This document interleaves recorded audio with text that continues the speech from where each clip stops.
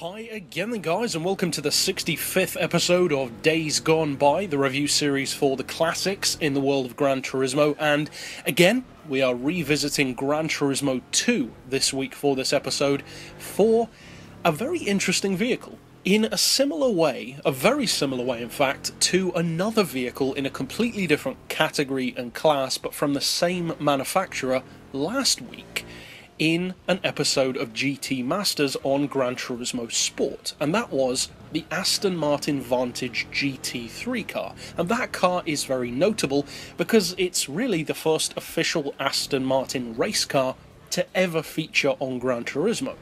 You could turn the DB6 into the LM race car, but that's not really an official machine. This is also a very notable car, not in the same way, but in a very similar one. Because this vehicle, the Aston Martin DB6 from Gran Turismo 2 of course, is the only classic Aston to ever feature on Gran Turismo. And that's something which sounds really strange when you actually say it out loud. But think about it. All of the others have been DB7s, DB9s, the Vanquish, the 177. We've never had a classic Aston, even though they are arguably some of their best known models. This car being a perfect example. Of course, it was a Bond car, therefore it's immediately recognisable. It's probably the most famous Bond car ever. And so, two primary questions arise. The first one is, why is this the only classic Aston to ever feature on Gran Turismo? And also tied into that, why isn't it featured anymore? But secondly, being as unique for the Aston Martin brand in the Gran Turismo franchise as it is, how does it actually perform?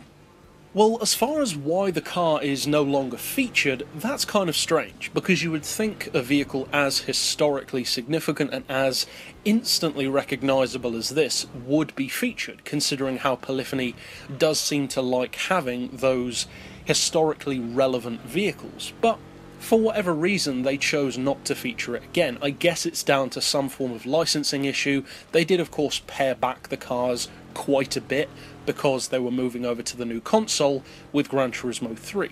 But there's been a lot of time since then, and still we have never come back to Aston Martin. At least not to represent them in the classic car world. And moving on from that question to the other one, what's it actually like? Because many modern Gran Turismo players, maybe who started with GT3 or GT4, may have never had the opportunity to drive this car, or may have never even known that it was featured in the game at all. So what is it like? Well, the first thing that stands out about the car is the price, because you'd probably assume, as it usually is on any game that it is featured on, such as some of the Forza games, that this would probably be quite an expensive car. Because, after all, some of its peers that are on Gran Turismo, such as the Lamborghini Miura, is very expensive. That's a 15 million credit car on Gran Turismo 6. Some others as well, like the E-Type. It's not necessarily what you'd call a cheap or affordable vehicle. It's not ridiculously expensive, but it's certainly not cheap. The Cobra also isn't cheap. So, why then is this one only a 38,000 credit car? Because that is crazy affordable for such a significant classic car, not just for Aston Martin as a brand, but for classic cars in general. There are very few classics which could be recognised by non-car fans as easily as this one. It's got to be up there with vehicles like the Mini in terms of non-petrol head recognition, cars that even people who don't know cars still recognise. So, the price is a pretty good start, but what do you actually get for that? Well, you get a 4-litre, naturally aspirated straight-six engine, it's rear-wheel drive, and fully tuned. Many of the vehicles on Gran Turismo 2, not all of them, but many of them, especially more mainstream or sports-oriented vehicles, don't have as much of a jump in performance as they do on newer Gran Turismo games. You can often tune up classics to have a lot more power than they started with on, say, GT5 or GT6. This one, though, is much more modest. The lack of a turbo or supercharger does hinder it, but in that fully tuned form, you are still looking at a pretty decent 388 horsepower and 334 pound-feet of torque. And for a classic, and there really aren't that many classics on Gran Turismo 2, which is perhaps surprising, it's actually pretty good. It's one of the stronger classic cars in the game, especially of its age, and it has similar power to some other vehicles which you probably wouldn't expect it to have similar power to, such as the Shelby Daytona Cobra. As far as weight, though, it's a different story, because the DB6 is not a lightweight sports car. It's a very, very heavy one, and even after a Stage 3 weight loss package, you're still looking at a very hefty 1,379 kilos. That's a lot of weight to be lugging around, especially when you've got less than 400 horsepower.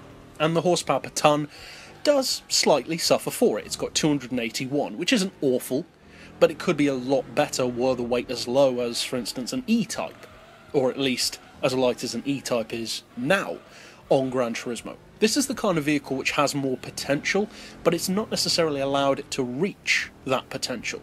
And interestingly, there is no race modify conversion for this vehicle. You cannot turn it into a race car, which I personally think is kind of a shame. It would have been cool to see what this would be like as a race liveried vehicle. And as far as how it actually performs, it's surprisingly good. You can certainly feel the weight, and through the corners it does like to wag its tail, or fishtail a little bit, which isn't surprising given that it is a heavy rear-wheel drive classic with relatively primitive tech. But overall, if you are on GT2, it's an excellent collector's piece, and it's a pretty quick car. So that's it for this episode overall. I'll see you guys next time, and as always, thanks for watching.